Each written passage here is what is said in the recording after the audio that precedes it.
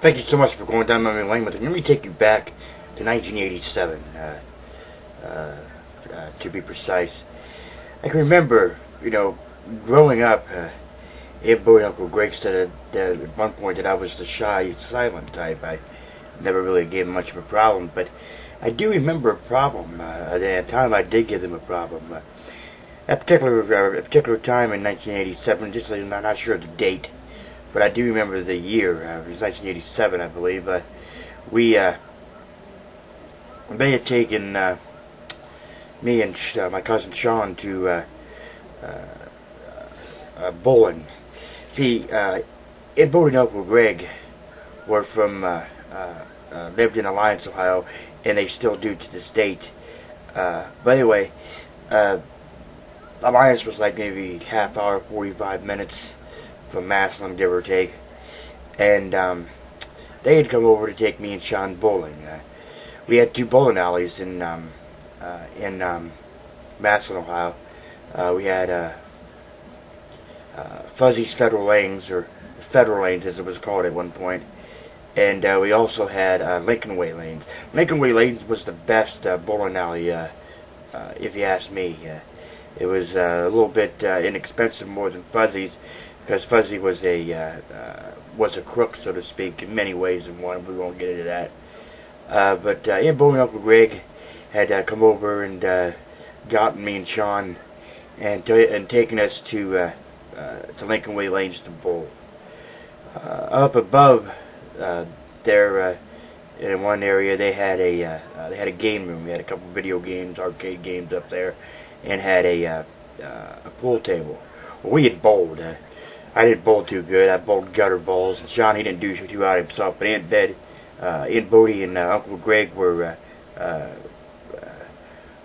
great bowlers, and they bowled some great games. I think like 2 or 3 games we played. Well, after the games were over, Aunt Bodie and Uncle Greg and all of us, me and Sean, we had taken our bowling shoes off, put our regular shoes on. Aunt Bodie and Uncle Greg were sitting there with their backs turned to us, talking, and me and Sean had slipped off and went upstairs to the game room when their backs were turned. And I remember Uncle Greg coming up and Aunt Bodie coming up as well. You could see the steam rolling off their heads. Uncle Greg's eyes were real bugged. I mean, he was really, you could tell Uncle Greg was furious as well as Aunt Bodie was. But Uncle Greg did the talking. I don't know if Aunt Bodie had felt that she let Uncle Greg do the talking or what, but the looks on their face looked like they were about ready to basically joke us. They were really upset and whatnot. I mean, for example, joke us, give her as a figure of speech. They wouldn't do that, of course, to us, of course, but, But anyway, Uncle Greg had tapped me on the shoulder, and I turned around and I nudged Sean, and we looked at it. Uncle Greg says, now you boys want to tell us why you left us down there when we least expecting you came up here. I told Uncle Greg, I said, well, Uncle Greg, I said, obviously you knew where we were because you guys are here. And he told me, he said, now, Roger, if I wanted a smart-ass remark or a smart-ass comment, I would have asked you to give me one. But I didn't ask you to give me one. And Uncle Greg and Aunt Bodie were always easygoing. They were always, there for us to give us advice and whatnot. And of course, I mentioned that, and they were there for us in more ways than one, and were a big influence on my life. And I mentioned that in previous Memory Lane videos and Memory Lane segments. The one May 25th, 1986, there at the Pittsburgh Pirates game, and the most intelligent man that I ever met, that being Uncle Greg, of course. But like I said, that particular time, they were really, with me and Sean, they were really they were really upset at us. And Uncle Greg said to us after he said to me about the smart-ass comment, he had told us when we got in the car and we were on our way home, he said, you boys don't understand how much you disappointed your Aunt Betty and I.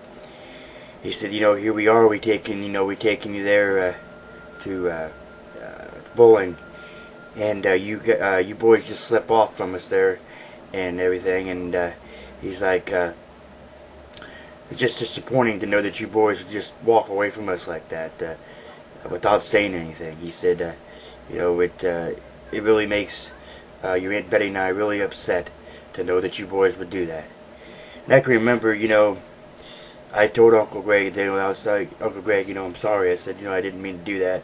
I said, but I thought, we just go up to the game room and whatnot. And Uncle Greg said, well, you should have asked. And of course, Aunt Bodie had told me and Sean, she's like, if you boys continue to pull stunts like that, Uncle Greg and I won't take you anywhere. Like I said, Sean was wild in his own right. I had mentioned in previous videos that Sean would do a lot of things to get underneath her skin. That particular time was one that I'll stand out to remember, and I look back on it now, and I think to myself, well, you know what? I wasn't the perfect angel. I wasn't the shy, quiet type. Most of the time, probably about 95%, I was the shy, quiet type. But at that particular time, I can remember saying that, and Uncle Greg and Aunt Bodie's their actual